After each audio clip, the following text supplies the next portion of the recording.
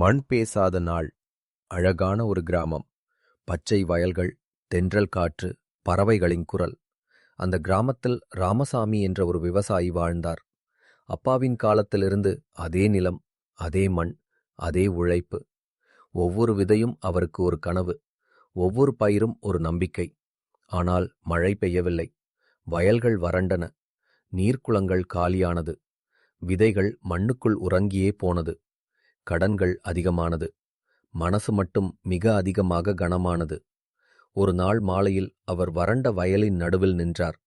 கைகளில் மண், கண்களில் கண்ணீர். நான் தோற்றுவிட்டேனா என்று மண்ணிடம் கேட்டார். மண் பதில் சொல்லவில்லை. ஆனால் அவர் கண்ணீரை அமைதியாக வாங்கிக் கொண்டார்.